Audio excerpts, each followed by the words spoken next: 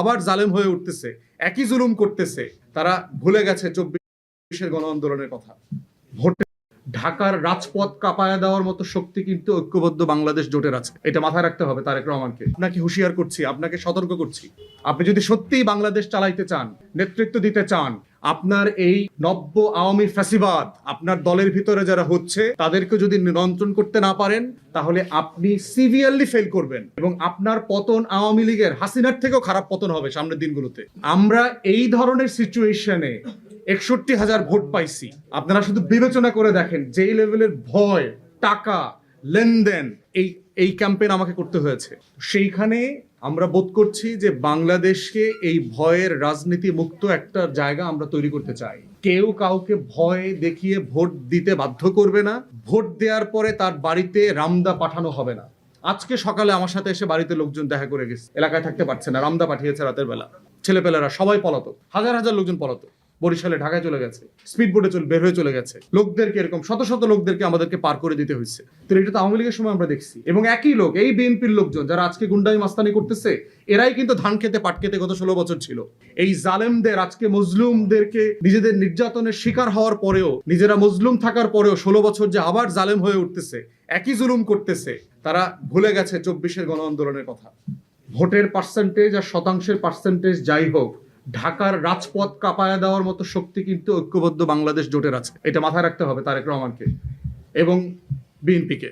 আপনারা সরকার গঠন করেন, আপনাদেরকে অভিনন্দন, কিন্তু মাথায় রাখবেন, আমার বাড়িতে আসছে ছাত্র দলের ছেলেপেলে লোক পাঠাইছে আমাকে জবাবদিহিতা চাওয়ার জন্য যে তার ভাইরে কেন্দ্র দখল করার সময় সেনাবাহিনী পিটাইছে কেন। আমার বাড়িতে এসে জিজ্ঞেস করছে আমি লোক পাঠাইছি কিনা, আমি নাম দিছি কিনা, আমি ছবি দিছি কিনা। মানে এদের কত বড় দুঃসাহস হয়েছে চিন্তা করেন। এই বিএনপির ফ্যাসিবাদীদের, নতুন ফ্যাসিবাদ যেগুলো দেখতে পাচ্ছি, এরপর কর্মীদের কি অবস্থা। তাহলে আমাদের বক্তব্য খুব পরিষ্কার। আমরা গণমাধ্যমের ভাইদেরকে বলবো যে আপনারা রাষ্ট্রের হয়ে, জনগণের হয়ে যেটা করছেন সেটা তো অবশ্যই আপনারা করে যাবেন। আর এই নির্বাচনের চটদখল যেটা, এটা নির্বাচনী চটদখল বলবো আর কি, যে এই রকম চটদখলের নির্বাচন করে যারা ক্ষমতায় যাচ্ছেন তারা দয়া করে 24 ভুলে যাবেন না। আজকে আপনি এখানে চট দখল করে আমার চট নিয়ে গেছেন দখল করে, এর মানে এটা না যে 61,000 লোক চুপচাপ বসে থাকবে। তাদের ভিতরে যে ক্ষোভ তৈরি হয়েছে, তারা নিজের চোখে দেখতে পেয়েছে তাদের চোখের সামনের বিজয় কিভাবে ছিনিয়ে নেওয়া হয়েছে চুরি বাটপারি করে। প্রিজাইডিং অফিসারদের আপনার মাথায় বন্দুক ধরা হয়েছে ব্যালট জালিয়াতের সময়, রামদা দেখানো হয়েছে। এখন একজন শিক্ষক যিনি শিক্ষকতা করেন, তিনি ওখানে অন্য জায়গা থেকে গেছেন একদিনের ডিউটি পালন করতে, সে কি করবে? আমরা জিজ্ঞেস করলাম যে আপনি পুলিশে বলেন, আমরা আপনাকে হেল্প করবো, সাহস পাচ্ছে না। তাহলে আমরা কি রকম একটা মাইন্ডকাচি পায় আছি দেখেন। ঘটনা ঘটছে কিন্তু প্রকাশ করা যাচ্ছে না, এইটাকে কেন্দ্র করে মামলা, প্রশাসনিক ব্যবস্থা নেওয়া যাচ্ছে না, কারণ কেউ ভীতিকর অবস্থা থেকে নাই। একজন ঢাকায় থাকে, পরিবার তো গ্রামে থাকে, গ্রাম জ্বালায় দিয়ে আসছে, বাড়ি বাড়ি ভাঙে দিয়ে আসছে। নোয়াখালীতে দেখছেন একজন মাকে ধর্ষণ করে আসছে, একই জুলুম। 18 সালে তো একই জায়গায় একই ঘটনা ঘটেছে। তখন ঘটেছে যে কেন ধানের শীষে ভোট দিছে সেই জন্য আওয়ামী লীগের সন্ত্রাসীরা গিয়ে গণধর্ষণ করে আসছে। আজকে বিএনপিকে কেন ভোট দেয় নাই সেই জন্য গণধর্ষণ করেছে। জুলুম তো একই নারী, আমার একই বোন তো একই রকম ভিকটিম হইলো, জুলুমের শিকার হইলো। তো এই বাংলাদেশ চাই না। ঢাকার রাজপথ কাঁপায় দেওয়ার মতো শক্তি কিন্তু ঐক্যবদ্ধ বাংলাদেশ জোটের আছে। এটা মাথায় রাখতে হবে তারেক রহমানকে। আপনাকে হুঁশিয়ার করছি, আপনাকে সতর্ক করছি।